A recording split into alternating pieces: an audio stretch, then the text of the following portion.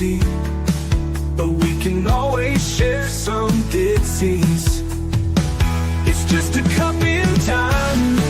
This song doesn't have to run. Life's all of us, not every moment we can be feeling fine.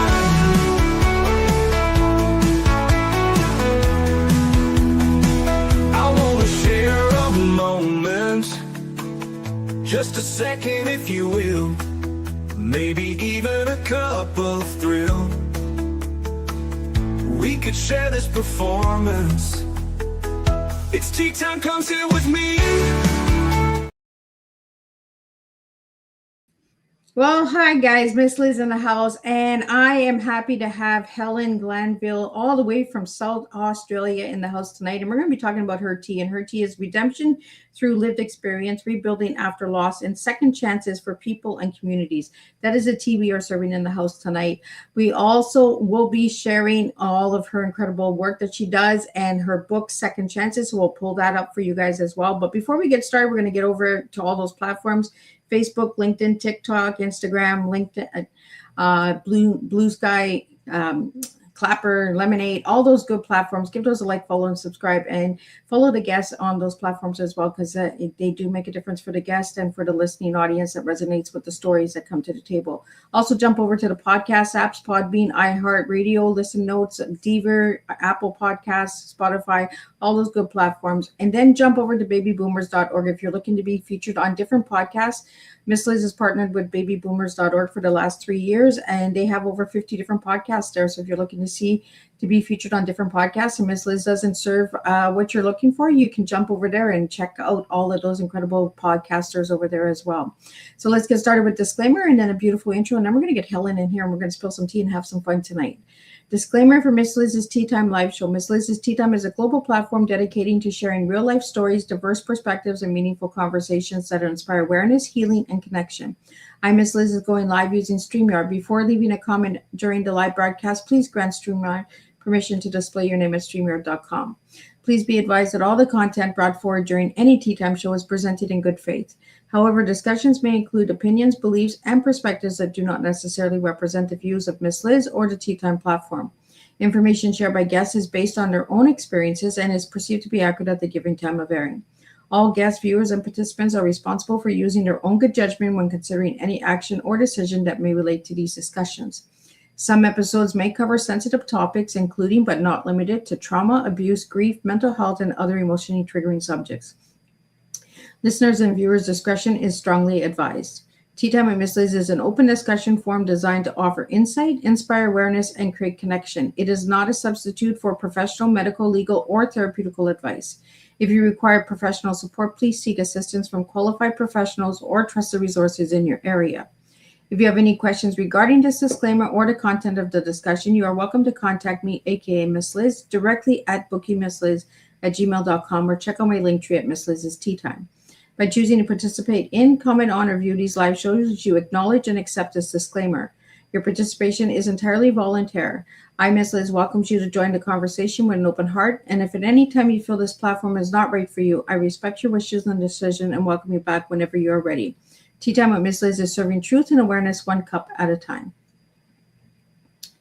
Well, welcome to Teatime with Miss Liz, where conversations remind us that every child deserves hope, every family deserves support, and every life deserves the opportunity for a second chance.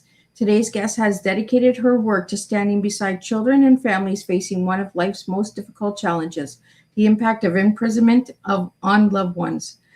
Please join me in welcoming Helen Glanville, CEO of A Second Chance, a remarkable charity committed to supporting children, young people, and families affected by parental imprisonment. Helen's work shines a light on reality that is often overlooked when someone is in prison. The effects reach far beyond prison walls. Children's caregivers and entire families are left navigating emotional, financial, and social challenges that can last for years. Through compassion and advocacy, education, and practical support, Helen and her team work tirelessly to ensure that these families are not forgotten, helping children feel seen, supported, and empowered to build brighter futures. Today's Teatime will explore supporting children affected by imprisonment, breaking cycles through compassion and understanding, the importance of family connection, community support and advocacy, creating hope through second chances. Reminds us that a person's circumstances should never determine their worth and that every child deserves love, stability, and the opportunity to thrive. So grab your cup and join us for a heartfelt conversation filled with compassion, hope, and real life tea, truth, experience, and awareness. Let me get Helen in here and let's spill some tea together. Welcome, Helen. Well, thank you for having me. It is a pleasure to have you here. So let's get to know you a little bit, Helen, before we get into a second chance and all the incredible work that you've been doing. Who was Helen as a little girl and who's Helen now? Well, as a little girl, the first 10 years of my life lived on the North Shore of Sydney in a street that was called Kissing Point Road. That is actually the place of my memories where I would walk to school. A very different place because it was the best 10 years of my life. I was the only child for the first 6 years, and then my parents kept having babies. I couldn't quite work that out, but yes, I am the eldest of 5. Then we moved on. We had to move because the family got bigger, so we needed a bigger house. And one thing that disturbed me in my teens was how I observed family members and others just this high rate of divorce, and it really bothered me. So I just did a deal with God. I said, either you give me somebody special or I'm going to be single for the rest of my life. And that was at 16, and at ripe old age of 20, the family lawyer who I wanted nothing to do with, because I'd read all the headlines about him, we met 3 weeks later, he proposed, and I said yes. So tell us a little bit about who you are today, Helen.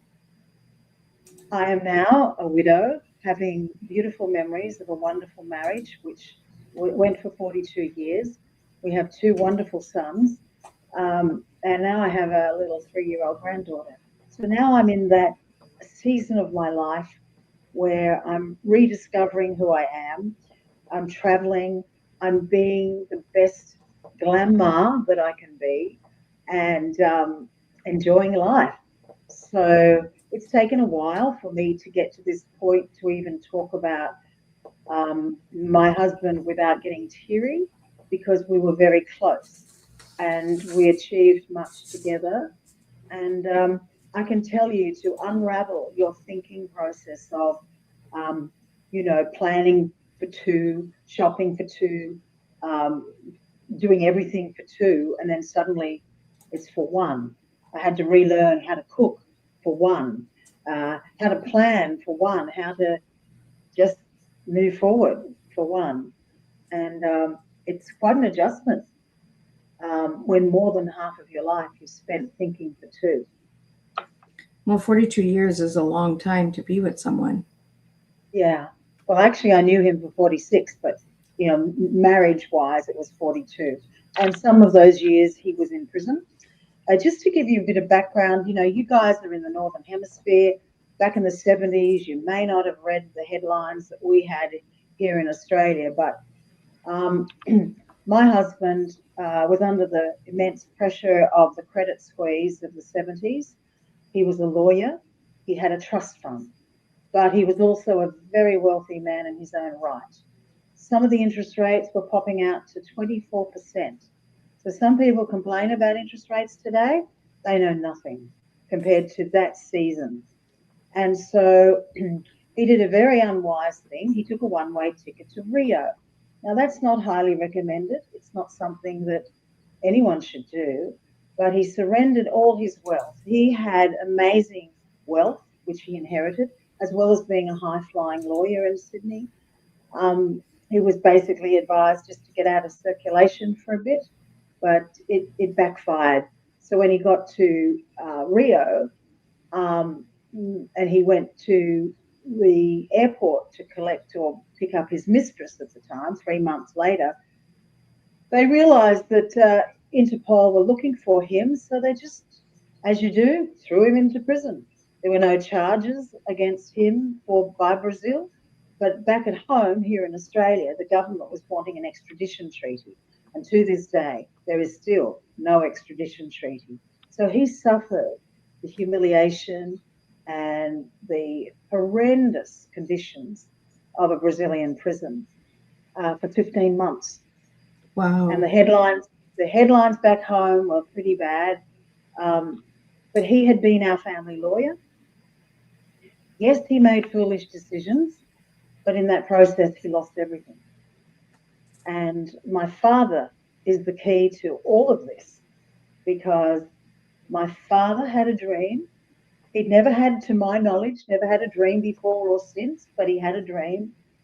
And the dream was that if I had lost all my wealth, if I had lost all my friends, if I had lost my station in life, and my wife divorced me while I was overseas, I'd like to think somebody, somewhere, would give me a second chance.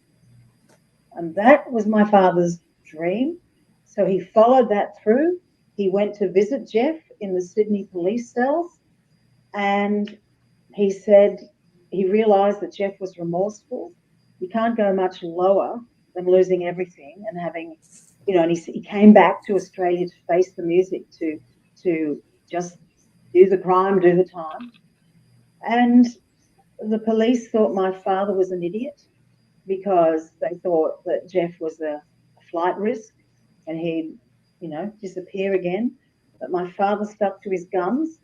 At the time, our family home was worth about $54,000, and the bail set by the courts, for a guarantee, was $50,000.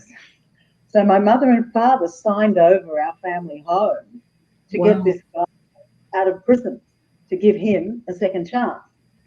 But my father didn't think it was a risk because my father thought that this man had learned his lesson well and truly.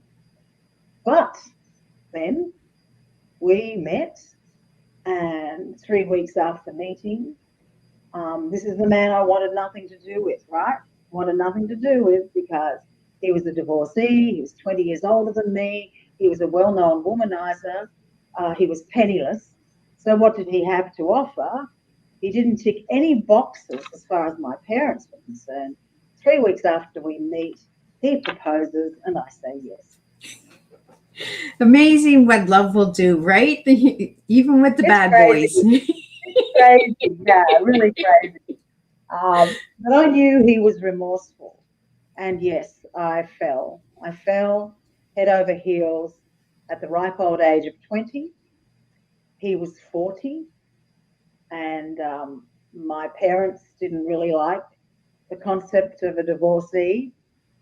But he wanted to see his children. He had 3 children by his first wife. And then he worked on his case until he went to court, which was another 15 months. So he was hot as far as the media were concerned. I've done research, and in my book I have an appendix where there's something like 62 headlines that I've referenced as part of the research, and it's all in the book. These headlines were, the whole of Sydney was watching this guy. As I said, he's a high-flying lawyer. He was a position of trust, and he disappeared. The police didn't even know he'd left the country. They couldn't even track his passport records. So his official name on his birth certificate is different to what his friends and family would call him. So that was another little dynamic. On his birth certificate, it was Richard Jeffrey Stewart Glanville. And so the police would ring the relatives and say, is Richard there? And of course, all the relatives would know, well, who's Richard? That's just his birth certificate. Even his mother called him Jeff, and that's with a G, by the way. So yes, he was the family lawyer. We fell in love. That didn't make my father very happy. So my father withdrew the bail and put him back in prison, as you do. So my parents were devastated. They were furious. They thought, oh no, he's going to ruin her life. And at parties along the way, Jeff would get up and say, look, I was meant to ruin Helen's life, but clearly I failed. So we were thick as thieves. We were a partnership at every level, including his desire to help people who had been rejected, who knew what it was like to need to start over again. His empathy and his compassion for prisoners, especially guys who really wanted to change. I mean, you've got to understand, guys don't grow up till they're 40. And there's a lot of guys that go in and out of prison, and they're, 80% of all crime is drug and alcohol related anyway. But families are devastated mostly when a son goes to prison, and in particular when there's children involved. Yeah, So they are the innocent victims of crime. absolutely. And Jeff knew exactly what he had done to his own children, the abandonment. Children feel false guilt. Maybe daddy doesn't love me anymore. Maybe I was at fault, and that's the reason why he went away. Now, of course, he was a white collar crim, so he wasn't dangerous to community, but he still nevertheless committed a crime. And I don't know if people in the Northern Hemisphere know anything about Christopher Skase, but Christopher Skase in the 80s was a big name corporate guy who drained millions of dollars for himself and took them over to Mallorca. So by comparison, when Jeff got back into society after he did his time, he dedicated his life to service. He dedicated his life to helping people turn around, give them a second chance, and actually have a life beyond prison, and also the work we did with the children of prisoners. But in relation to Christopher Skase, he just carried on being as selfish as he could be. So they're chalk and cheese if you were to compare the big headlines of Glanville and Skase. Well, they're the Australian bad boys, but I don't know what you guys. So you got the bad boy, and then he turned to the good boy. Yeah. So I gave him a second chance. You know what I mean? Like, I was his second wife, and it was a new life, new state, new everything, because I was a through and through Sydney girl. You got to understand, Sydney as the city, as a capital of New South Wales on the east coast of Australia, is a very dynamic city. And I was so Sydney centric. I didn't think there was any life form outside of Sydney. That's all I knew. And when he got a job offer to go to Adelaide, oh mate, I went kicking and screaming. I don't want to go. I don't want to go. It's horrific. I just couldn't imagine it. But he needed work. He needed a job, and he was made a job offer. So I came over to Adelaide kicking and screaming and 7 months pregnant. So we built a life for ourselves. We were blessed in an amazing way by living in the Adelaide Hills. You couldn't get that lifestyle living in Sydney. It's only a 50-minute drive. And we had 25 acres and raised some cattle. But everything we did was about trying to show people that even if for parents, it's not necessarily the last chapter of their child's life. They may have made bad decisions and broken the law and gone to prison, but that isn't the end of a story of someone's life. And even in our own relationship, we knew the power also of forgiveness. And sometimes we make big mistakes and we have difficulty forgiving ourselves. So the book has a quote about the power of forgiveness, and quoting at the beginning of each chapter someone like Nelson Mandela. He had to forgive his enemies, which he did after 27 years of false imprisonment. And then you have Mahatma Gandhi and Mother Teresa, and then you have, of all people, Kevin Costner. Even Kevin Costner has a quote about forgiveness. And then you leave it to the very end, and of course, Jesus said 70 times 7. Well, how do you work that out? But the purpose of forgiveness is not for the perpetrator. It's for us to be set free from grudges, resentment, harboring bitterness, because they've proven medically, if we harbor bitterness and unforgiveness and grudges and all of that, we actually backfires and it impacts our health. Yeah. So we have to forgive to set ourselves free from imprisonment. Well, Helen, we have a couple questions that are coming into the studio that I'd like to get out to you, and then I'm going to pull up your book. The first question we have is from Bargain Holmes, and it is, Helen, what inspired you to write A Second Chance? And I'm going to pull up the book as well so people can see the book as well. Okay. Is this your husband or your father? Yes. No. This is my husband at 46. And I was 26 because he was 20 years older than me. He looked young the whole life. In fact, we didn't even tell our sons the age difference. You know what I mean? So that is definitely Richard Jeffrey Stewart Glanville. And I had always wanted to write the book, but we wrote it together. Most of it's been written by us, and he blessed it 10 days before he died. I engaged a journalist to help me make it sizzle, and I did a bit more background researching so things could be in context, because Jeff was born the same year as Elvis. I was born the same year as Steve Jobs, or Jobs. I'm not sure which one you say there. So sometimes you just need to just pad it a little bit with a bit more context, because we've got Gens X, Y, and Z who haven't got a clue. They don't even know what Watergate is. You tell them, do you know Elvis? No, of course they don't know Elvis. You know what I'm saying? Like, I'm a baby boomer, and you're talking to these kids, and they know nothing. And it's only because we've been on the planet for so long. And so... but we were the boomers, right? We got to enjoy things. Mate, we did. And we made sure we did. And we're still enjoying them. So I'm a proud baby boomer. That's okay. So, yes, the book. Why did I write the book? Because I wanted people to see that even though he got to the bottom, the pits of a Brazilian prison, and stripped of everything on this planet, he turned his life around. He turned his life around. So it doesn't matter necessarily how low we go. It isn't necessarily the end. And so that's the journey of redemption, a disgraced lawyer's journey to redemption. And he's helped hundreds of people. It's been wonderful. In fact, he had more compassion than I ever did. Well, we have another question for you, Helen, and it's from Golf Life, I believe. What does a second chance personally mean to you today?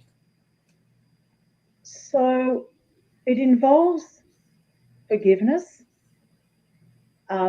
Sure, we can attach that phrase to romance, can't we? But if someone offends me and they are truly sorry, yes, I will forgive them. That doesn't mean to say I'll trust them again. Will I give them a second chance? Well, I've got to see the demonstration that they've changed. But it really does mean that we are willing to give somebody that second chance. But in my case, I've been given a third, fourth, fifth, sixth, and seventh chance. I haven't been the perfect wife. I haven't been the perfect woman. And you'll find that. I've told my story, warts and all, in my book. But this is where forgiveness kicks in. We have to learn how to forgive ourselves.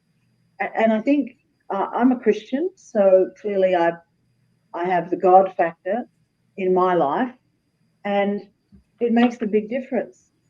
Now, I think the problem is when some people say, I will never forgive them. That's sure, we'll never trust them. Sure, we'll have difficulty because of the damage. But at the end of the day, for our own sakes, we just have to let them go. They can move on, but we can't afford mentally, emotionally, spiritually, physically to hold on to resentment and grudges. Well, it eats us away, right? It doesn't eat them away. It eats us away. And forgiveness, a lot of people think forgiveness is saying, I forgive you, and having them over for Sunday dinner again. That's not how it works. No. Well, again, it's a demonstration of the fruit, the are they real? You know, I mean, you've got to see the demonstration of wanting to change. It's not lip service. Yeah. It's got to be real deal change. Yeah. And that's hard because a lot of people say they want change and they want to make a change, but do they actually make that change? You know, there's a lot of people out there that talk a lot, but they don't do the walk. Correct. Yeah. Well, that's a waste of space, isn't it? So you got to walk the talk. Um, yeah, it's a lot of hot air I'm going a around. woman that says it like it is. Like, you know, if you're gonna say it, walk it. That's what I tell my That's kids all it. the time. If you're gonna say That's it, it. walk it. And if it Well, I means that hold. you have a Yeah. hard Yeah. walk, you walk it hard. Well, it's called integrity. And Exactly. integrity is about the character of someone. And if we speak something from our mouth and we don't follow through, our character is poorly lacking. Um, so, as a Christian, you know, I say, well, you expect God to keep his word. The very least you can do is keep yours. Um, Absolutely. hmm. So, I wasn't sure of your audience, what flavor they were, but My flavor of my audience is all over the place. We have all walks of life joining us tonight from all over the world. So we do have another question here for you, and it's from Tools for Everyday Living. Was there one defining moment that changed the direction of your life, Helen? well, my my husband was a killer charmer.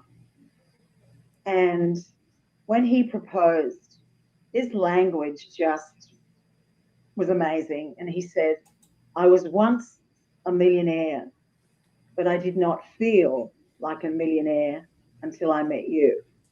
Oh, So the whole romantic uh, experience was was really something out of this world that I had never experienced, and he was a very dynamic, influential person. He was also smart. He was really verging on brilliance. He was brilliant, but clearly he'd been stupid, you know. Um, so the one defining moment, I think, was when this one man thought that I was the one, and I had never experienced that before.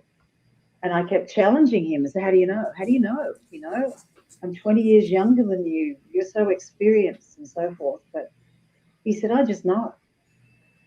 So my parents were so hostile to us that I didn't want them at our wedding.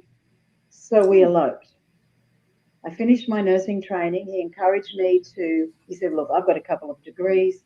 You need to go and study while I'm inside. So I did. I went and studied nursing for 3 years. And when I had days off, my little Datsun 1600 found its way to his prison to visit him. And there were, of course, a lot of letters going on. But 6 weeks after I had got my registration as a registered nurse in New South Wales, we planned a clandestine wedding whereby he could not be married in the Anglican Diocese of Sydney because he was a divorcee. So in the 70s, divorcees were not to be married in that particular diocese, if you know anything about the Anglican Church. So we moved 100 kilometres north into the Newcastle diocese with Rent a Crowd. 20 people were sworn to secrecy. And we had a borrowed church and a borrowed car. And, you know, he had day leave once a month, which is what white collar crims can have for resocialisation. He had to get permission from the governor of the prison. I drove to the prison early that day, picked him up. I had the hired suit and the shoes and the matching tie and all the jazz, and then drove him to the church. And we got there on time, and we were formally married by his cousin, who was an Anglican priest. And so then we went on to a restaurant, and we just had so many beautiful memories that day. But I was okay to elope because I just didn't want the misery of my parents on my special day. God love them, but they were melancholic personality types, and they really struggled in raising me because I was this precocious choleric type of kid. And they always saw the grey side of things, and I think they thought I was just really heading down a pathway of complete destruction with this terrible, terrible man. But we produced and delivered the first grandchild, and that did it all. Then from that moment forth, the You sun just had to give a shone right grandbaby off. and it fixes it or everything. It certainly did. It certainly did. But at that point, we were in Adelaide. So it was a good thing to live our life, our new life, second chance over in South Australia, which is where I am now. I've been here 42 years. I never thought I'd stay. But yeah, I think that there's a place for elopement. We had a glorious day. I didn't want misery walking in the door. I Very totally sad. get that, right? It's your day. It's supposed to be special. It's not supposed to be about all the drama and all Yeah. the hate and all of, well, I don't like him and I don't like her. And it's not about that. All It's that about rubbish the is so couple. immature. That's right. So I was 24, he was 44, and our guests were sworn to secrecy. But my parents were told the next day. I think my mother broke the cup and saucer she dropped when the guy came in for afternoon tea to tell her. But hey, it's a bit of my history, you know. It's a choice I made. It was probably one of the best decisions of my life. Um, yeah, what was the turning point? It was falling in love with a man who had been changed and wanted to help others. He's amazing compassion. He had so much mercy. I had a girlfriend say to me, Helen, you have no mercy. Because I was a pretty tough cookie, you know, on the corporate ladder. And I said, why do I need mercy when my husband has enough for the two of us? He's the good guy now. Yeah. He came good. Basically, God got him, you know. He was the prodigal son who came back, penniless, divorced, 20 years older. He didn't tick one box that my parents wanted. So we have a couple more That's questions here for you, Helen, that are coming in that I'd like to get out to you. From Citrus is, how difficult was it to share such personal experiences in your memoir? Okay, so I felt strongly to make myself vulnerable on the basis that people then knew, because I had as they say in the classics, I think they call it an annus horribilis, you know, the worst, like the Queen once said, oh, we had our annus horribilis. I think it's the worst year. I failed. I really failed. I was deceived, and I went off with another man for 6 months, and I wasn't there at the gate for when Jeff finished his sentence, and I failed him, and I had real difficulty forgiving myself.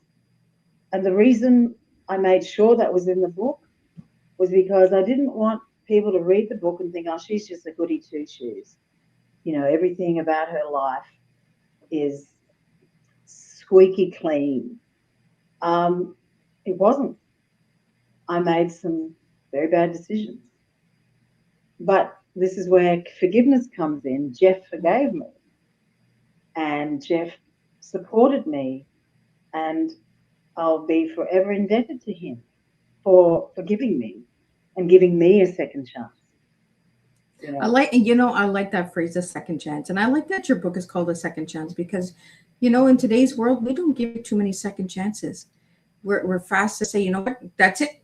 I'm blocking you. I'm taking you out. There's not a second chance. And I think it's a time in the world that we need a second chance, right? Because with everything going on as well. We have a question here from Link. So what motivated you to establish Second Chance SA? Okay, so thank you for the question. It's a great question. We had already been with an organisation called Prison Fellowship Australia, Prison Fellowship is an international movement. It's right around the world, headquartered in Washington, started by Charles Colson. And we were involved with that for 20 years in South Australia. We were known to the Department for Corrections. We provided lots of services with volunteers to prisoners. So we were known. Jeff was known. He was highly respected because he'd been on the Minister's Advisory Panel. So when it came to a crunch with Prison Fellowship Australia, I don't know if you understand the meaning of the word restructuring, but I wasn't born yesterday. And the word restructuring, when I worked in local government, when I worked in defence, I was in defence for 7 years, was it really a dirty word? It really meant we're moving in and we're going to take full control. And we're going to sack a few people along the way. So as soon as I heard that word, we then had a little scrum in South Australia, and we decided that we wanted to decouple. And the reason we wanted to decouple is that we didn't want to be controlled by Melbourne. We were just a little bit different to the rest of Australia, but we got the job done. We kept getting told, oh, you're parochial. Well, yeah, we are parochial, but we know each other and we get things done. So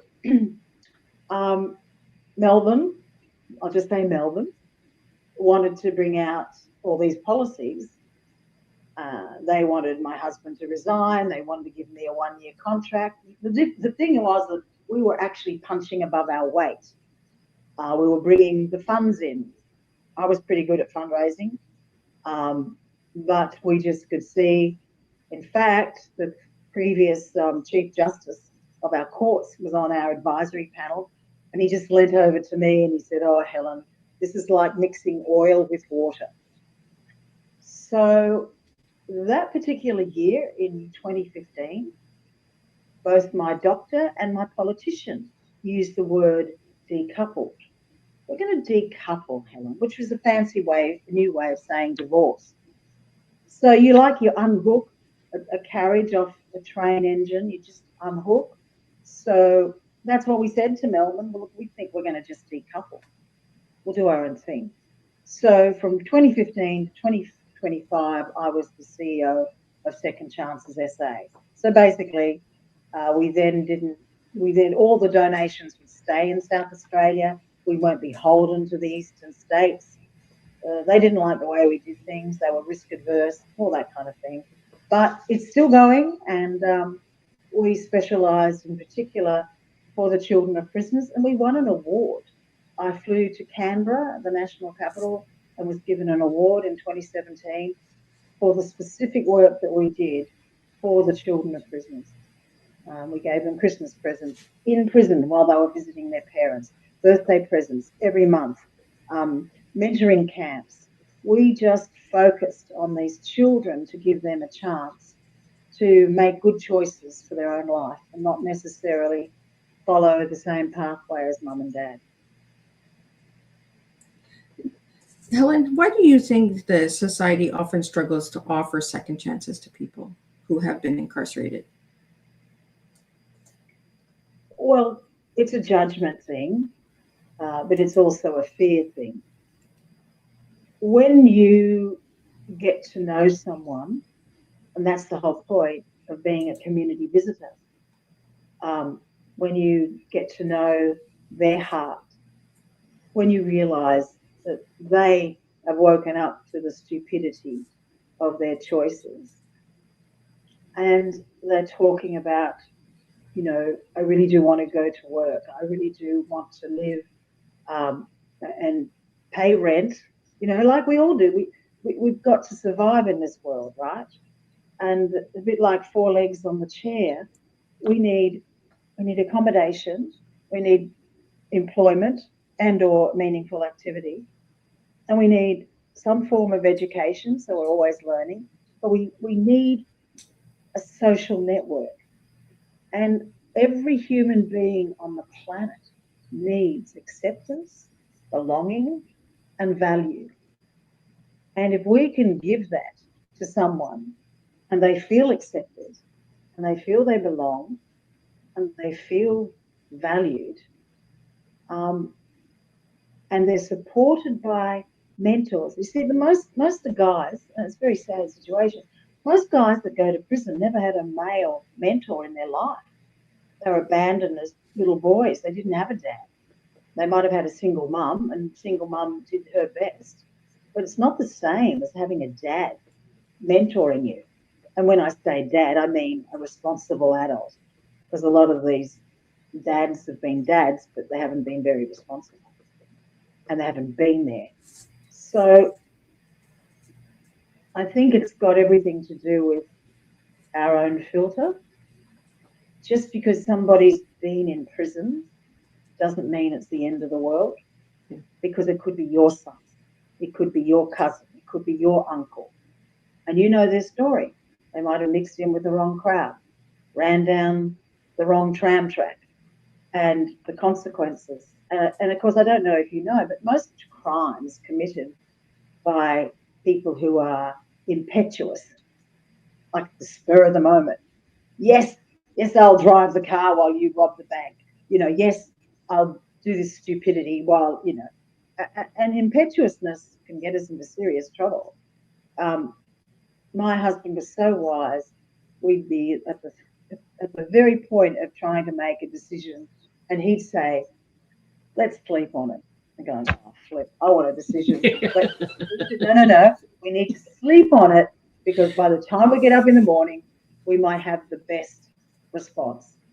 Rather than reacting and making a decision on the fly, I think it's a trap.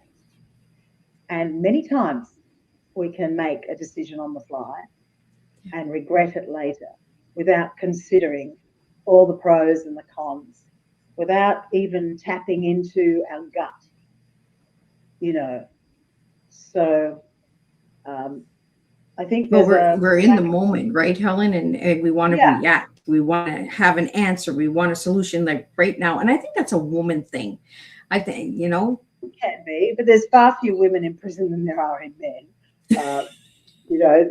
Women don't really. Because we didn't go to bed and sleep on it. Yeah, but obviously there are women who commit crimes, but, it's usually the men that gets behind the wheel of the car and does stupid things, or steals a car or breaks into your home. I mean, break and enters and that kind of stuff is mostly done to support a drug habit. Yeah. That's the scourge on our society. That's the thing that isn't being addressed. It's useless locking people up and throwing away the key and having that mentality. Well, a young kid, all they're going to do is go to the University of Crime. Unless there's rehabilitation, unless there's education in the mix, then, because a lot of guys who go to prison, many of them can't read or write.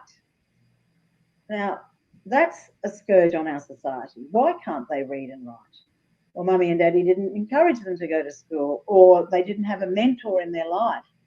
But, I think that's a basic requirement. Yeah, absolutely. So with the work that you do, Helen, do you offer these services to the people in prison, or just to children? All the children, especially the children right up to 25. They had a parent in prison. We had 2 years of funding, which was fabulous, and we gave them vocational training just to get them job ready. And that really spun my wheels. I get very excited about this stuff, because a kid that doesn't have an opportunity because mum and dad don't give us stuff is really a sad situation to be in. And so we would give these kids little stepping stones, like a barista course, right? They didn't have a mature, responsible adult in their life to teach them how to drive. So we gave them driving lessons. They didn't know about first aid, right? So every one of these little certificates, no matter how little or small they were, we might take those things for granted.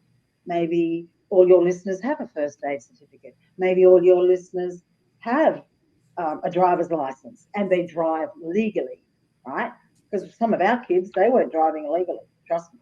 And we had to, come on, do the legal thing. Let's get it right.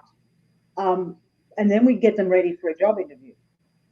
And so I don't know about you guys, but in our country, if you know how to make coffee and you're a barista, you can pretty well pay your way through university because you get all these shifts in various cafes. It's a skill. If you do it well and you're consistent and you get paid for being a barista, so we would pay for their training as a barista. And even through COVID, we were getting kids into employment, part-time and full-time. That's the stuff that spins my wheels because it gives them hope for a future. And a lot of kids are walking the street aimlessly and hopelessly because they have no concept of a future. They have no one speaking into their lives and actually saying, what do you want to do with your life? That question alone is often not asked, especially by parents who would rather spend their money on the drugs. You know what I'm saying? We have a question here for you, Helen, and it's from Gerald. Do you still discover new lessons from your own journey? Yeah, I look back and I think, wow, where did the guts come from? And I think there are times when we make decisions because we're squeezed, we're under pressure, and we just do it.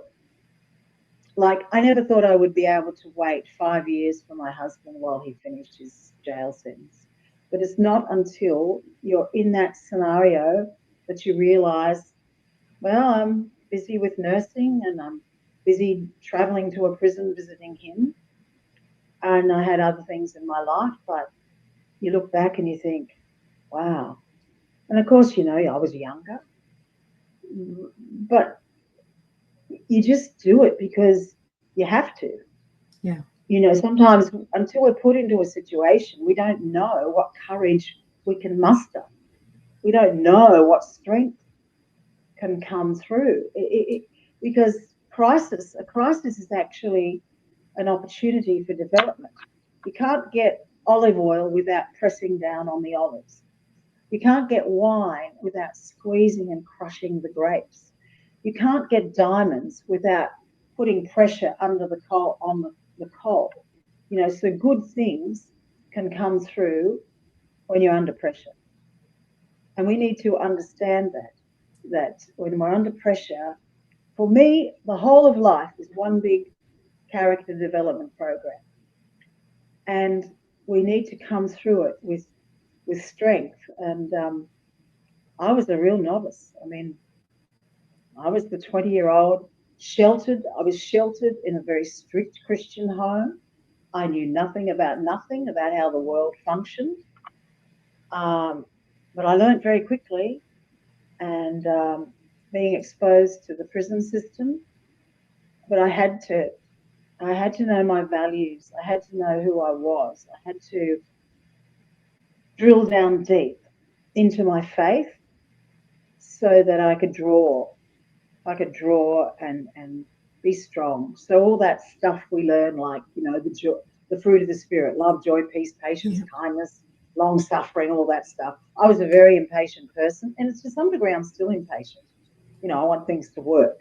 I want things to happen. But I think that when you fall in love with the right person, it's a very special thing. Well, I want to talk about your tea because the tea that you gave me was redemption through lived experience and then rebuilding after loss, second chances for people and communities. Let's get into the parts of your tea first with the redemption through lived experience. Talk a little bit about that as the first part of your tea, and then we'll get into rebuilding after loss. And then we have a question here about a bushfire that we'll talk about in a second.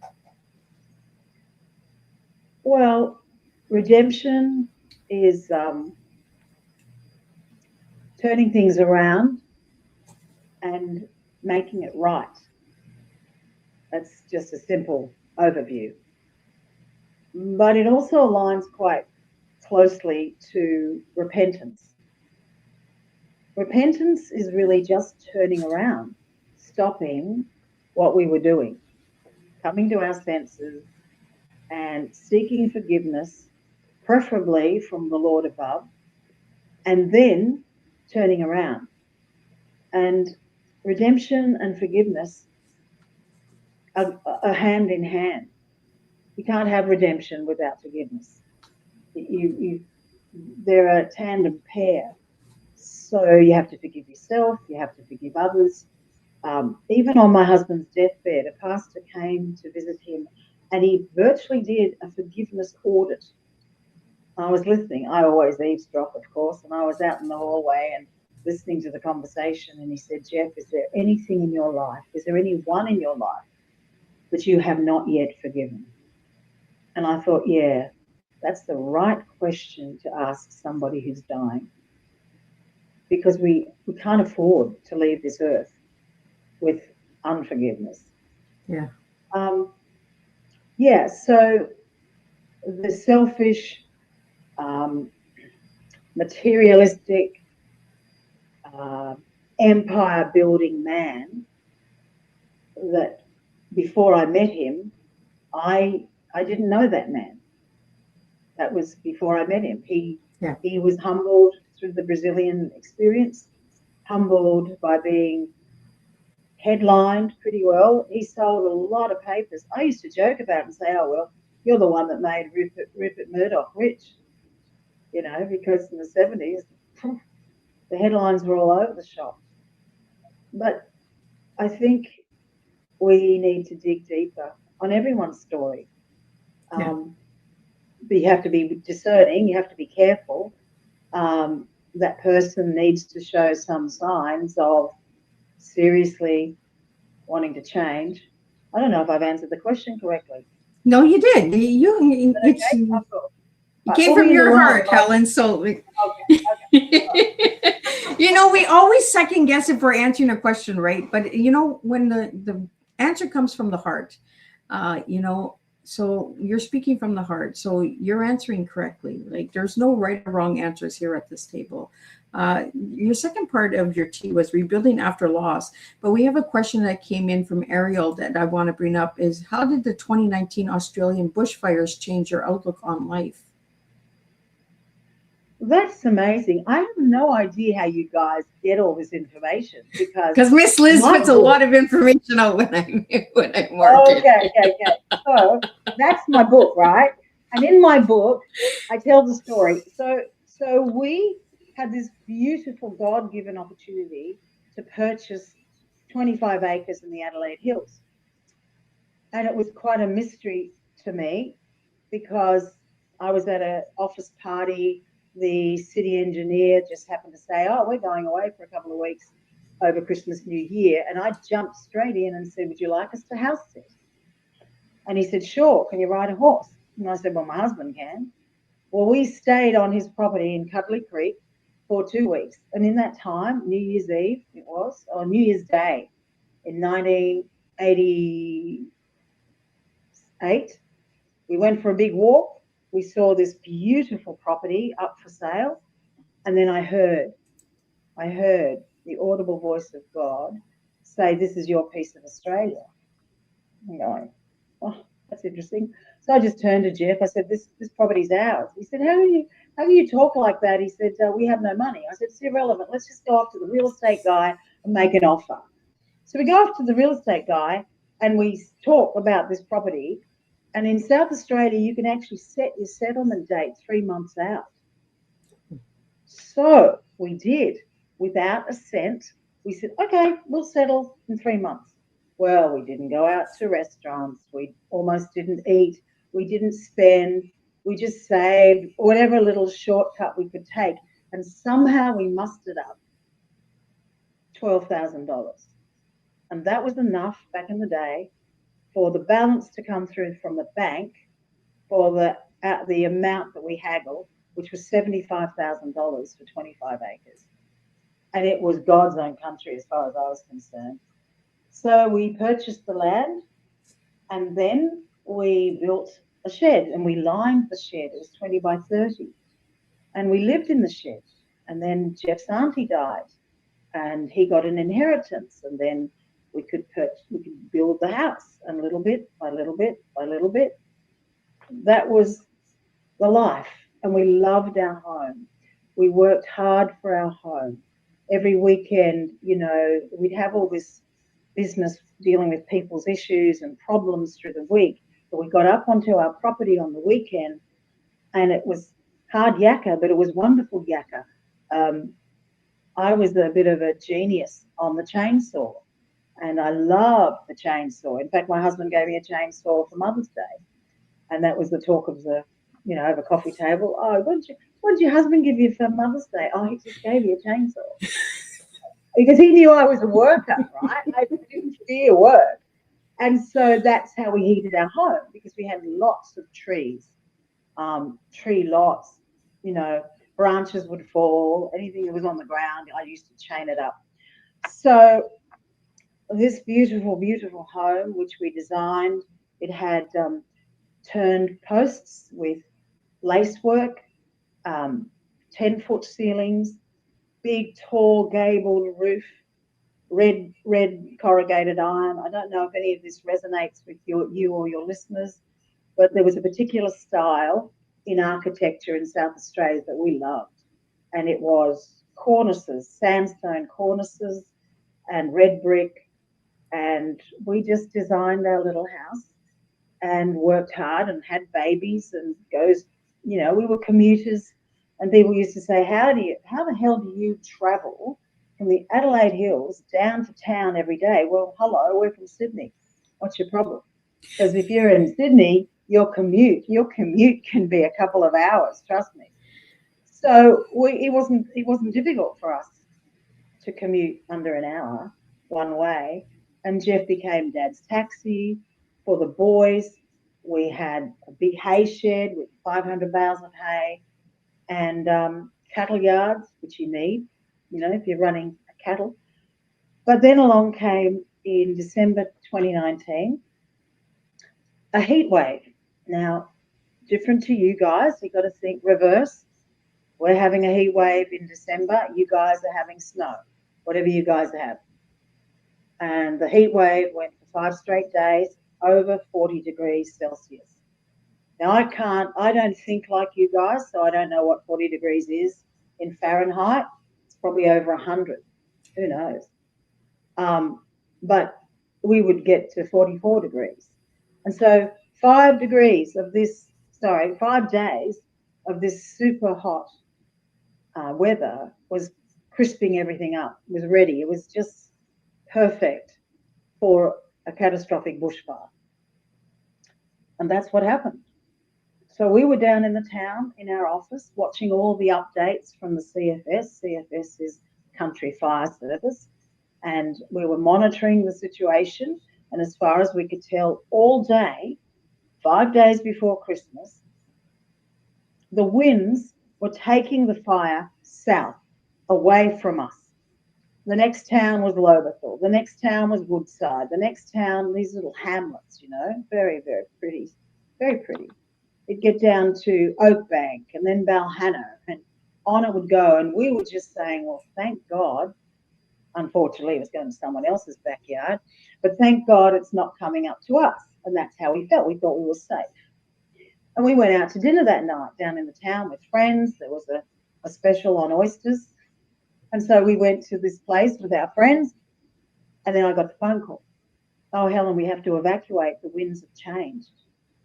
And so about 5 o'clock at night, another gust came through and just turned this fire completely straight through to our house. We didn't know until the next morning. We had a phone call from a neighbour. But we had said to our son, who had a 2-story house down in the town, we said, look, the police won't allow us back onto our property. Can we please stay with you tonight? Thinking that everything would be fine, So I took a phone call from a neighbour. She walked the block and she said to me, Helen, have you heard? And I said, heard what? And she said, there's nothing left. I said, what? What are you talking about? And she said, your hay shed's gone. Your house is gone. Everything's gone. So we had to process that. And of course, we were people that didn't put our trust and our faith into materialism. But I can tell you, we had a very comfortable home. It was our home. And we'd been empty nesters for 12 years. Our boys had left home in 2007. This was 2019, 5 days before Christmas. So we then were allowed back by the police to the property 2 days later. And as I was walking, we had a 200-metre house road. We had designed that to carve through the side of the hill to get to our home in the middle of the property. And as I was starting to walk, because there were lots of debris and fallen branches and blackened this and blackened that, and every tree was all blackened. And I took a phone call from my son, who was at the time in India. And he said, "Mum, you do not want to hear this." And I said, "What?" He said, "Mum, I can only tell you that I have this feeling that this fire is for good." And oh, flipping heck. You know, I couldn't process, I couldn't absorb that. He said, "Mum, I've just got this feeling this fire is going to be good for you." So anyhow, we get up to the house. I said, "Thanks, son," and parked that thought. And we got to the house and nothing. So in the book, there are colour photos, very graphic colour photos of this beautiful home that was our home. One big mangled metal mess with debris and ash. And the government gave us, I think, $240, which allowed us to go and buy some underwear, a couple of T-shirts, a pair of shorts, you know, it was hot weather. And then if it wasn't for our son having a 2-story house, whereby downstairs, they lived upstairs, but downstairs we had our own bedroom, our lounge room, a bathroom. I have no idea what people do when they don't have family. Seriously, because some victims, there were 90 homes destroyed in that fire, right across the Adelaide Hills, and somehow jumped into Kangaroo Island as well. And 90 victims. And as soon as the government, the Premier at the time, his name was Stephen Marshall, and as soon as he used the word catastrophic, that was code to the insurance companies to give the victims another 30% on top of their insurance policy. Wow. So that was just amazing. And we thought we would rebuild. We thought, oh, well, there was about 14 tonnes of metal that needed to be taken away. I think I got $100 for every tonne of metal. Good deal. But the memories, Jeff lost all his family heirlooms. Like, he had some beautiful marble French clocks that were family heirlooms. He came from a family of wealth and descendants of first settlers, 5 generations. He had the most beautiful frames around his relatives.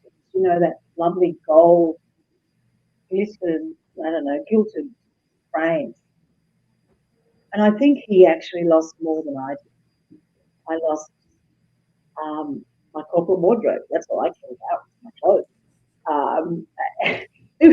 What woman wants to lose their corporate wardrobe? So there was jewellery, and the jewellery later was actually found in the debris and the rubble. And I can show you, and this photograph of this ring is actually in the book as well. Oh, There we go. so that's a garnet. Can you see the garnet in the middle of the ring? Well, that has a memory when Jeff and I went to Hong Kong and we purchased that garnet. And either side of that garnet are some rubies and diamonds. And essentially this group, which is a volunteer group, they plucked out of the fire a Pandora's bracelet that I thought I'd lost. This is of the debris. And they plucked out these other things which were black and twisted and melted and reshaped into something extremely ugly. And I just picked them up out of the brown paper bag. They gave them to me, and I went to a jeweler. And I said, "Do you think we can extract these jewels and turn it into a memory ring?" So I have this memory ring to remind me of the jewels that remained even amongst the debris. But, you know, we didn't put our trust and our faith in materialism. Yeah. I think that that's really a key. I think if you have done that or you do that, you've got a very fake foundation for your life. Yeah, There is absolutely. absolutely nothing we can take with us. Absolutely nothing. We come into this world naked, we go out of this world naked, and we have to remember that. And the interesting thing about a bushfire in Australia, and maybe you call them wildfires, I don't know, but bushfires in Australia, within 6 to 8 weeks, we get that beautiful green regrowth. That regrowth comes out. It's like a cleansing process. And the freshness of the green growth, the rejuvenation and the reseeding of the area is phenomenal. Absolutely phenomenal. Our Indigenous people, the Aboriginal people, they do that backburning as a matter of course. And it's a cleansing. And unfortunately, there hadn't been much of it happening in the area. There should have been more. And in other parts of Australia, it is happening. But I think Australia, the Adelaide Hills was just one of the many fires that summer. So how did I survive that? I felt I was drowning. I felt I was lost. Suddenly I found myself in what I call a concrete jungle because I so thoroughly enjoyed the fresh air. I so thoroughly enjoyed every morning this beautiful sunrise. Everything was beautiful about that property, you know. So, Helen, we're over the hour. So I just want to get into the last question for you and then the final message, and then we're just going to do a wrap up. So what message do you hope readers will remember after finishing A Second Chance? I want people to realize that getting to the bottom isn't the end. It's not the last chapter. I want people to realize that they might feel that they're in a hopeless situation, but it isn't always the case. There is a way through. You do have to plan. I actually have put together you might call it a blueprint for the future. M stands for MAP, it's called. M stands for maintain the things that you always had fun with. If you went to a bridge club or a swimming club, or you did an activity that had joy and fun, don't stop. Maintain those things. Then accept the fact that the tragedy, whatever it be, a fire, a flood, a devastation, an earthquake, whatever, accept the fact that it's happened. And then you have to know your priorities. And our priorities were faith, family, and friends. And they were the 3 F's. We realized just how powerful those 3 things were. And the last one was plan. Plan to have a coffee with a friend next week.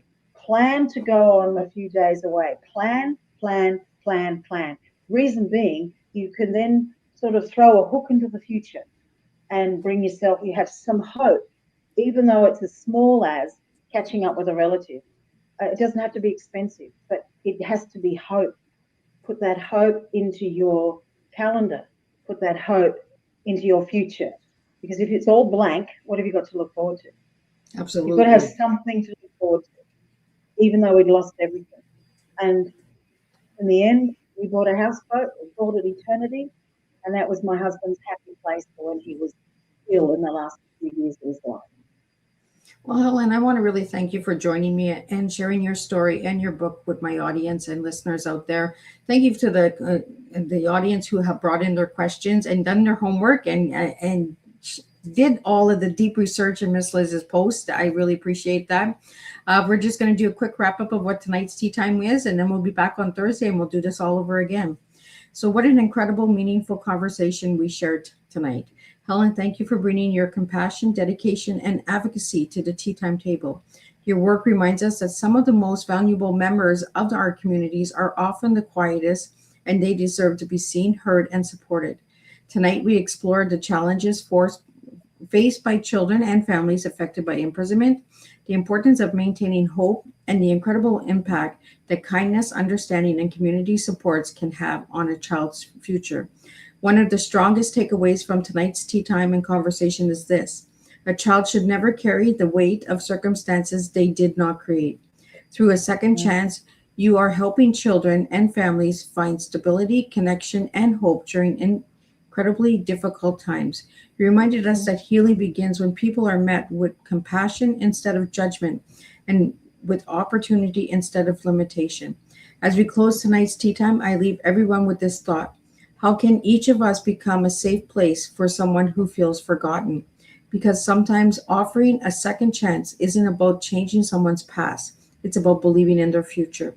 Thank you, Helen, for the extraordinary work you do to strengthen families, support children, and remind us all hope can grow even in the most challenging circumstances.